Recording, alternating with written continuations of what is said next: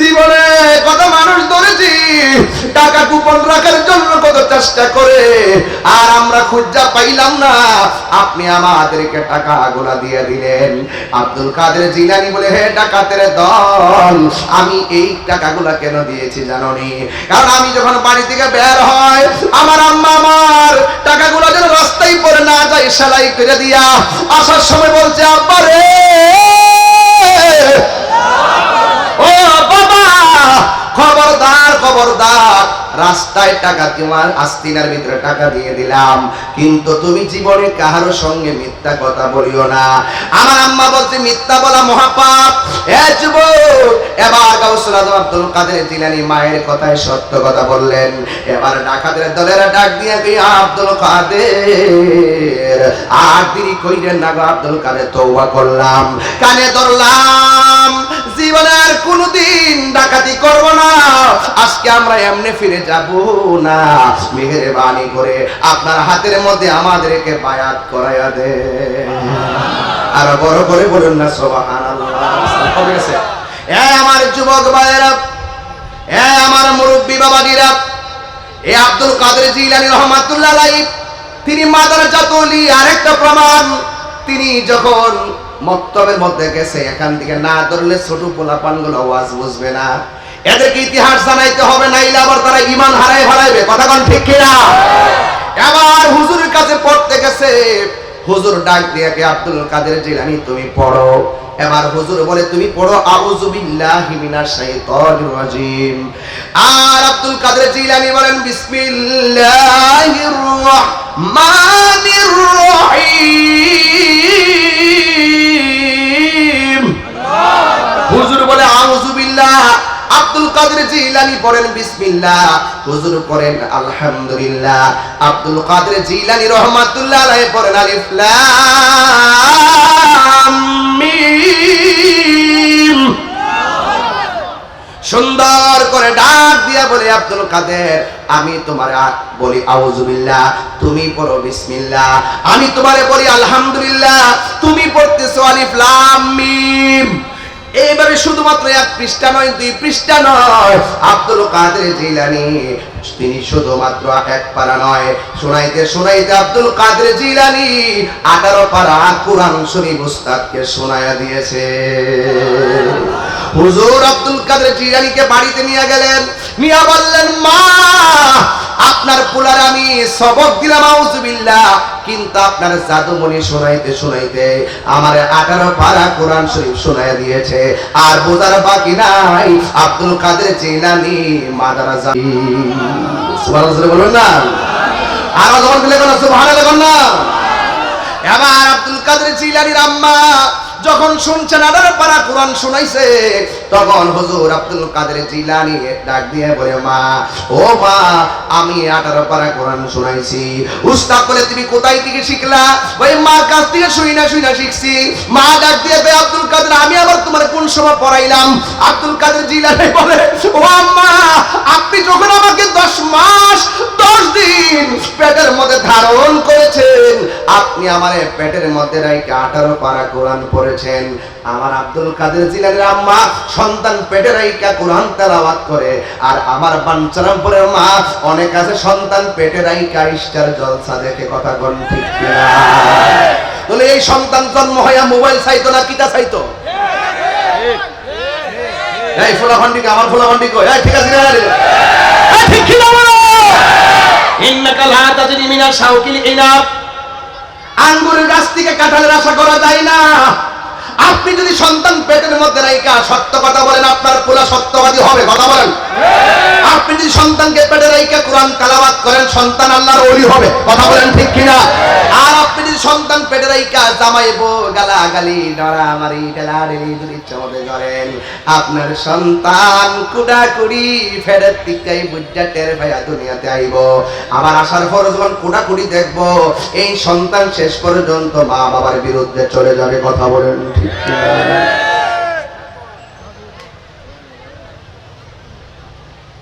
কথা বলেন না কেন?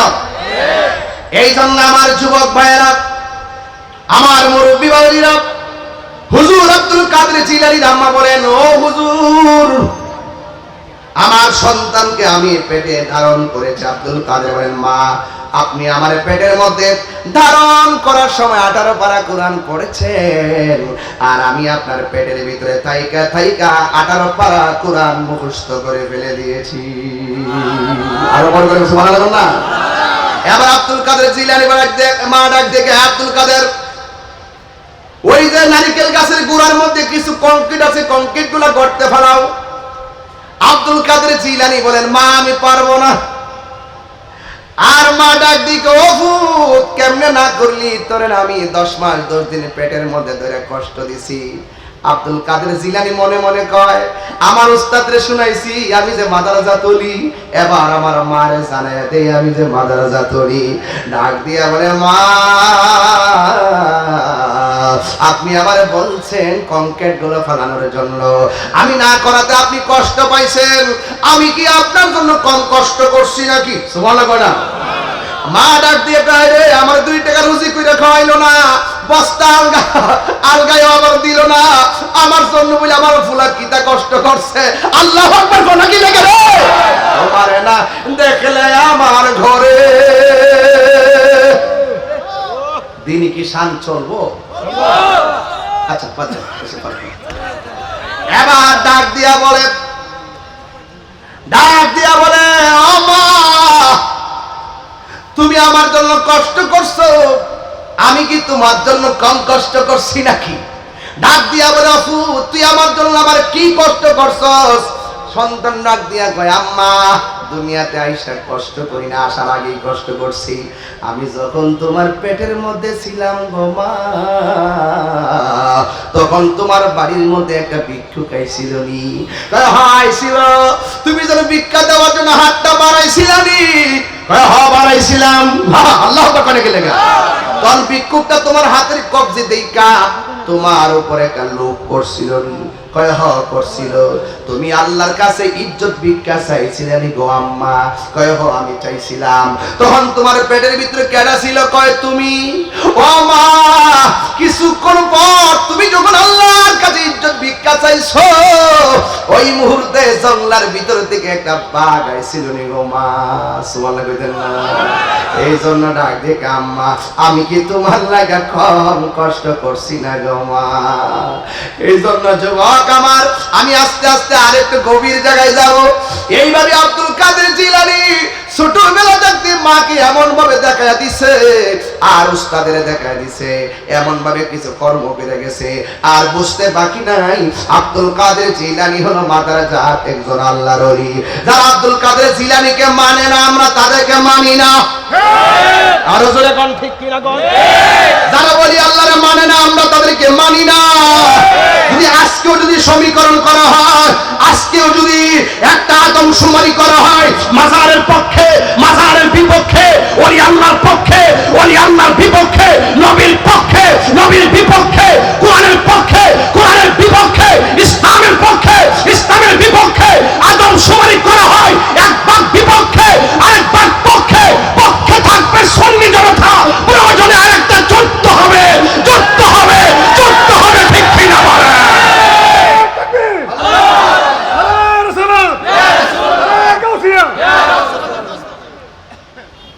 রাজি আছেন কিনা বলেন?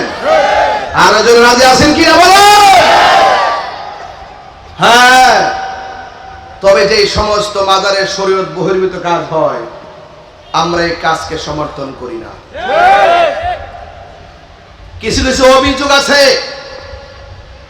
এই অভিযোগ হলো, অনেকেই বলে মাজারে গাঞ্জা খায়, মাজারে মদ খায়, মাজারে নারী পুরুষ বেহায়াপনা নাচানাচি করে।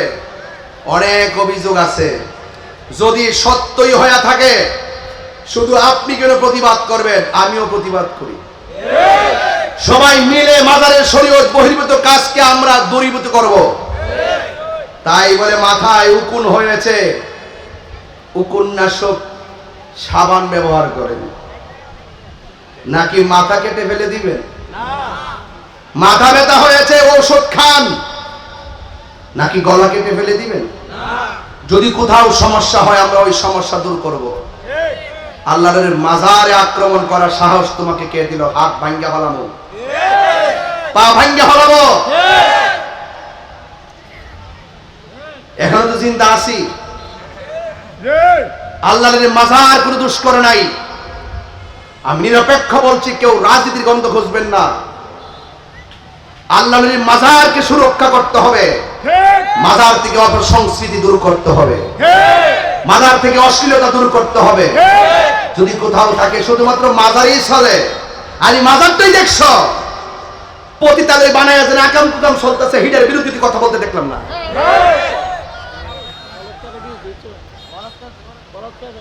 কথা কর না, কি লেগে কথা কথা কেন? আচ্ছা, আর একটা যুক্তি দেই, কথা কয় না রে বাবার তোর উপাশ্রয় মুভমেন্ট নষ্ট করেন না।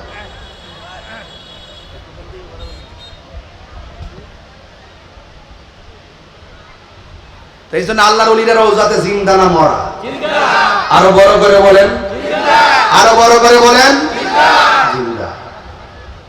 আলা ইন্না আউলিয়া আল্লাহি লা খাউফুন আলাইহিম ওয়া লা হুম ইয়াহজানুন। আল্লাহর ওলিদের দুনিয়াও কোনো ভয় নাই, আখিরাতেও কোনো চিন্তা নাই।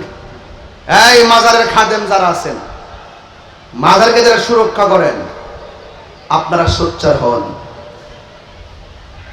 ডাক দিলে এত প্রতিবাদ যে করতেছি, মাঠে কিন্তু আপনারা পাই না। মাজারে যে এত সংগ্রাম করি, মাঠে কিন্তু ভাবা যায় না। আপনারা বই দিয়েছেন কি লেগে, আরে বাংলা মাংসে সিরাজগঞ্জ মাংসে, আমরা তো ভালো আছি, এটা লেগে বই দিয়েছেন। বাংলা মাংস ওই কেল্লার মাজারের ভাঙতে কইছে, আমরা মাজার কে ভাঙতে কইছে? এই তৈল সুন্নিদের মধ্যে মুনাফিক নাম্বার 1। বাংলাদেশের সব সুন্নির একটা দেহ, একটা জায়গায় আঘাত হলে সবার হৃদয় রাখতে হবে।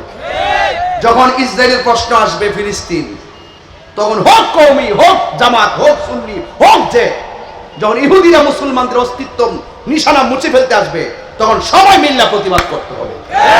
আপনাকে ইস্যু বুঝতে হবে, ইস্যু, আপনাকে বিষয় বুঝতে হবে। কখনো থাকতে হবে খানকায়, কখনো যাইতে হবে রাজপথে। নবীজি খানকায় বসে বসে ধ্যান করছেন, নবীজি হেরা গুহায় ধ্যান করেছেন। আমার নবীজি আবার যুদ্ধের ময়দানে 27 বার তলোয়ার নিয়ে যুদ্ধ করেছেন। তা আমরা কি খানকায় বসে থাকবো? কোন পিসাবরা বিচারে পাই না। অসংখ্য পীর মাসে জুড়ে কথা কও না, মাঠে আসেও না, প্রতিবাদও করে না, ফেসবুকেও লেখে না। এখন তথ্য প্রযুক্তির যুগ, ভিতরে বসে থেকে লাভ হবে না, মাঠে নামতে হবে। কথা বলেন না কেন? ঠিক কিনা বলেন? সবাই আসতে হবে। যে যে পীরের মুরিদ হন, পীর যার যার, সুন্নিয়ত সবার। ঠিক আছে? হ্যাঁ, কোন দরবারের সঙ্গে যদি আমাদের কোনো খুঁটিনাটি বিষয় নিয়ে বিতর্ক থাকে, আমরা এগুলো খানকায় বসে সমাধান করব। এখন এই ছোট ছোট বিষয় ধরে ধরে আর বিচ্ছিন্ন থাকার সুযোগ নাই। আছে? নাই। আমার মুর্শিদ নীল আমার,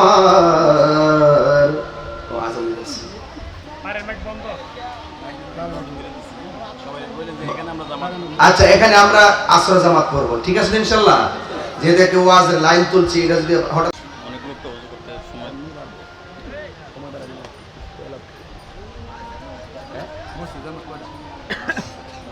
আচ্ছা, এই বাবা, আমরা সাথে কেউ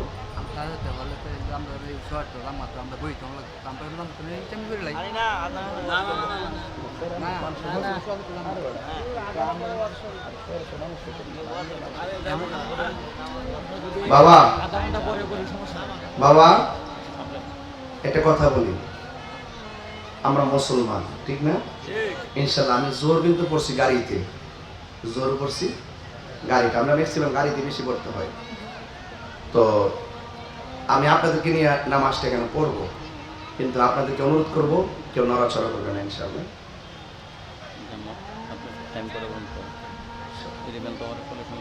হ্যাঁ,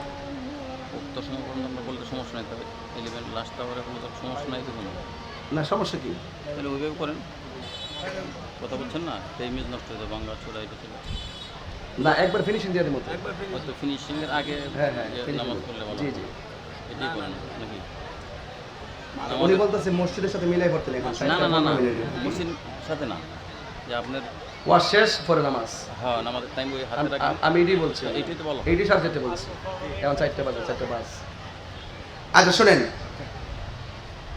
আমরা একসাথে পড়বো ইনশাল্লাহ। তো আপনারা যারা বসছেন, আমরা মুসলমান, এতে করে সন্দেহ আছে? এখানে অনেক হিন্দু আসতে পারে না, কতক্ষণ আসতে পারে কিনা? তো অনেক হিন্দু আমার ওয়াজ শুনে, কারণ আমি সম্প্রীতি বান্ধব মানুষ, আমার তারাও পছন্দ করে। তবে আপনাদেরকে একটা অনুরোধ করব, পুরুষ এবং মহিলাদেরকে, আপনারা এই 2টা মিনিট সময় একটু পকেটে হাত দিবেন, দিয়ে যে যা পারেন এই মাহফিলটাতে কিছু দিয়ে দিবেন। এখন আপনারা জবান খুলে বলেন, ওলি আল্লাহ হইতে গেলে নামাজের দরকার আছে না নাই? ওলি আল্লাহ হইতে গেলে সুদ খাওয়া যাবে, ওলি আল্লাহ হইতে গেলে ঘুষ খাওয়া যাবে, ওলি আল্লাহ হইতে গেলে মার বুকে লাথি মারা যাবে। ও বন্ধুরে, ওলি আল্লাহর জীবনী তালাশ কইরা দেখো, তারা গভীর রজনীতে কবর আযাবের কথা চিন্তা কইরা কইরা চোখের পানি দিয়া বুক বাসাইছে, কথা কোন ঠিক কিনা? এই জন্য হুজুর গাউসুল আজম আব্দুল কাদের জিলানী তিনি একদিন জঙ্গলের ভিতরে গেছে একজনকে সাধন করার জন্য। জবান খুলে বলেন তিনি কে? এবার আল্লাহর সঙ্গে তপস্যার জন্য গেল। বন্ধুরা রে, কান্দেন না, বন্ধুরা রে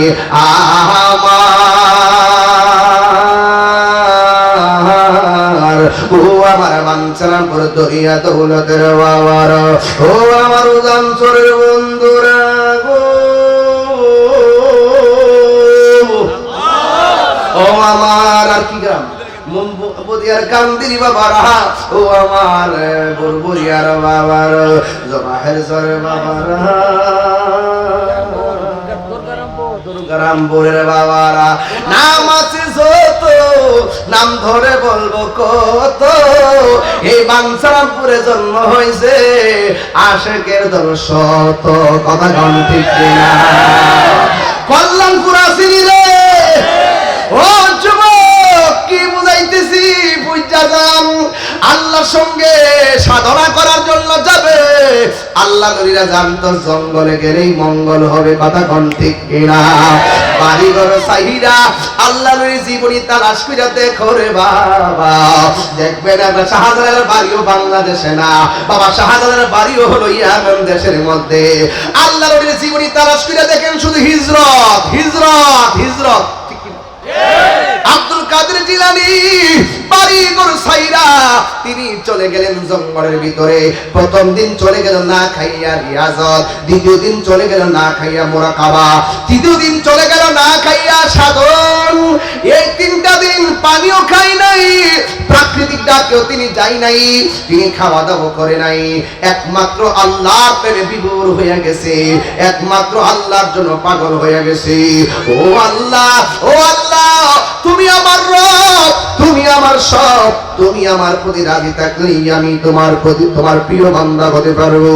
এবার আল্লাহর ওলি গাউসুল আজম আব্দুল কাদের জিলানী 3 দিন পর্যন্ত মুরাকাবা কইরা 4th দিনের মাথায় ওনার তৃষ্ণা লেগে গেছে, কারণ জিকির করলে গলা শুকায়া যায়। আল্লাহ জিকির করলে গলা শুকায়া যায়।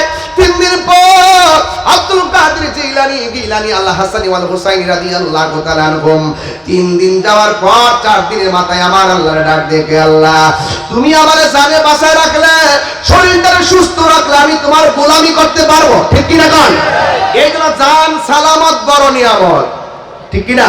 জান সালামত বড় নিয়ামত। ডাক দিয়ে বলে, আল্লাহ গো, আমার শরীরটা দুর্বল হয়ে গেছে, আমার গলাটা শুকিয়ে গেছে, পেটের ভিতরে কোনো খাবার নাই, মেঘের বাণী করে তুমি আমার একটু খাবারের ব্যবস্থা করে দাও। মানুষ নাই, পরিবার নাই, আল্লাহরে কয়, আল্লাহ তুমি ব্যবস্থা করে দাও। এই কথাটার ওজন কিন্তু সাধারণ না। আরে ভাই, পাশে একটা মানুষ থাকলে টাকা দিলে বলবে খাবার নিয়ে আসো, যার জানে কেউ নাই, বামে কেউ নাই, আল্লাহরে ডাক দিয়া বলে, আল্লাহ আমার ব্যবস্থা করে দাও। যে মাল্লাহুল মাওলা ফালাহুল কুল, যেই ব্যক্তি আল্লাহর হয়ে যায় সারা পৃথিবী তার গোলাম হয়ে যায়। ডাক দিয়ে বলে আল্লাহ খাবারের ব্যবস্থা করে দাও। যেই মাত্র তিনি আল্লাহর কাছে দুইটা হাত বাড়ায় দিছে, সাথে সাথে আব্দুল কাদের জিলানী বলে আমি তাকায়া দেখলাম আসমান থেকে আমার মাথার উপরে মুষলধার বৃষ্টি নামায়া দিছে কে? আর বড় করে বলুন কে? আল্লাহ পানি যখন নামায়া দিছে এবার তিনি সুন্দর করে পানি তৃষ্ণা নিবারণ করলেন, আল্লাহর শুকরিয়া আদায় করলেন। কিন্তু এখানে একটা ঘটনা ঘটে গেছে বড় মারাত্মক। একটা আব্দুল কাদের জিলানী বলেন আল্লাহ আমার পানি দিছে, পানি পান করলাম, কিন্তু আমি দেখলাম আকাশে একটা মেঘমালা, মেঘমালার ভিতরে একটা আলো দেখা যায়। ওই আলোটা আমার একটা ডাক দিয়ে কয় আব্দুল কাদের, হ্যাঁ আব্দুল কাদের, তুমি এখানে পানি চাইয়া পানি পাইছো, কিন্তু আমি আসছি তোমার আর একটা উপকার করাই দেওয়ার জন্য। তুমি এখানে এত কষ্ট করে নামাজ পড়ছো, আমি আলুটা তোমারে বলতেছি আজকে থেকে তোমার নামাজ পড়া লাগবে না, আজকে থেকে আমি তোমার জন্য হারামকে হালাল করে দিলাম। এবার আব্দুল কাদের জিলানী ডাক দিয়ে কয় শয়তান, আউযু বিল্লাহি মিনাশ শাইতানির রাজিম, লা হাওলা ওয়ালা কুওয়াতা ইল্লা বিল্লাহিল আলিয়্যিল আযীম। সবাই বল লা হাওলা, আর জোরে বল লা হাওলা ওয়ালা কুওয়াতা ইল্লা বিল্লাহিল আলিয়্যিল আযীম। এইভাবে যখন গাউসে পাক আউযু বিল্লাহ পয়রা লা হাওলা বলেছে, আর তাকায়া দেখতেছেন উপর দিকে যে আলোটা জ্বলছিল এই আলোটা সাথে সাথে জ্বললা পুরা সরকার হয়ে গেছে। এ আব্দুল কাদের জিলানী বলেন আমি যখন দেখলাম আলোটা জ্বলে গেছে, হঠাৎ করে আবার গায়ের থেকে আমার ডাক দিয়ে কে আব্দুল কাদের, তোমারে আমি বলছিলাম তোমার জন্য নামাজ মাফ, তুমি আমারে চিন্না ফেলাইছো, তুমি ভালো করে বুঝতে ফেলাইছো যার জন্য আল্লাহ ফরজ করে এটা কোনোদিন মাফ হতে পারে না, যার জন্য আল্লাহ হারাম করে দেয় সেটা কোনোদিন হালাল হতে পারে না। এ আব্দুল কাদের তুমি আমার দইরা ফলাইছো, কিন্তু আমি এমন ভাবে দৈনিক হাজার হাজার আলেমরে প্রতারণা করি, হাজার হাজার অনেক আবেদকে আমি প্রতারিত করি, অনেক আল্লাহ ওয়ালারে আমি দুকাই ফলাইয়া বেনামাজি বানাইয়া দিছি। যদি কোনো বিশ্বাস করে নামাজ লাগবে না মনে করবেন তার মধ্যে ভেজাল আছে, কথা কোন ঠিক কিনা? তার মধ্যে কি আছে? আবার অনেকে কয় নামাজের মতো নামাজ একটা পড়লেই চলে, একবার পড়লেই চলে। আসলে হেরা একবার পড়লেই চলে মানে এটাই বোঝে না, ওরা মনে করে এক ওয়াক্ত পড়লেই বুঝি চলে। না না না, নামাজ আল্লাহ বলছে আকিমুস সালাত, নামাজ কায়েম করো, শুধুমাত্র হাত তুললো আল্লাহু আকবার বললেই আল্লাহ পাওয়া যায় না। এই হাতের মাধ্যমে, জবানের মাধ্যমে, ধ্যানের মাধ্যমে, খেয়ালের মাধ্যমে, আপনার হোল বডির মাধ্যমে নামাজের যেই রিয়াজত আছে, নামাজের যে হাকিকত আছে, এই হাকিকতের প্রতিফলন আপনার মধ্যে এমন ভাবে ঢুকাইতে হবে যেন আপনি নামাজ পড়তেছেন, চোখটা পড়ে রয়েছে নামাজের মুসল্লার ভিতরে, কিন্তু আপনার এটা নামাজের মুসল্লা দেখলে চলবে না। মনে রাখবেন আপনার চোখটা দয়ালের চেহারা বরাবর আছে।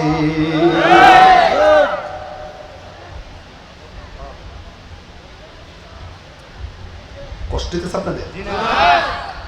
বুঝতে অসুবিধা হইতেছে? আপনি যদি এক ফিসা ভাইয়া নামাজ লাগবে আমার কাছে মুড়ি দিলে, আপনি তো কবেন যে বাপ রে বাপ এমন বিশ্বাস রে। আসলে সে বুঝে না, আসলে সে বুঝে না, বুঝে না, বুঝে না, ধোঁকাবাজ, ধোঁকাবাজ। আমি বলছি নামাজ পড়েও দুজকে যাবে, নামাজ পড়া জান্নাতে যাবে, শর্ত দিছি কি? ঈমান। কথা কোনা শর্ত দিছি কি? ঈমান। ঈমানের বহুত গাঁট আছে, তা ওয়াজ হয়ে গেছে, গাটে গাটে নাও লাগায়া, গাটে গাটে নাও লাগায়া মুর্শিদ বুঝল লইও, তরিকতের পাগল পাইলে ডান্ডা কুলে লইও রে, তরি রে হুশিয়ার হইয়া বাইও। আমি যে তরি রে কইছি আপনি মনে করছেন যে ওই খালের মাঝিরে বুঝি ডাক দিছি? আমি মাঝির কারেন্ট নৌকার কথা কইছি, ব্যাপার কিও? আমি তো মাঝির নৌকার কথা কইছি। এই দেহ রইল নৌকা। আরো জোরে, আরো জোরে। আমি কি তা করি? আমি কই ফ্রেমের আগুন, হ্যাঁ মনে করছে চুলার আগুন। এই জন্য আমার সাথে সমস্যা, এরা ওয়াজ বুঝে না। প্রেমের আগুন জলে দ্বিগুণ রে, দরিয়া দৌলত জল দিলে নিবে না। ওরে এই তাহিরি প্রেম করিয়া কলঙ্ক ঘোষণা, প্রেম করিয়া প্রেমিক মরে রে, আমার গাউসে পাক মরে না। রাত্রে 12টার পর হইলে আমার ওয়াজটা মানে জমের মনের মতন লাগলো হইলে, তখন তো সব ফাঁকা ফোকা, যে এই ফাঁকা ফোকা যেন আমরা ধোকা দিতে না পারে। প্রেম আসেনি ভিতরে, আর আওয়াজ হলো প্রেম আসেনি ভিতরে। প্রেম চাই না, প্রেম চাই না মানবী মান রে, দয়াল চাই না সোনা দানা। ওরে মুর্শিদ মুর্শিদ কইরা তাহিরি হইছে রে দেওয়ানা, প্রেম করিয়া প্রেমিক মরে রে, আমার খাজা বাবা মরে না।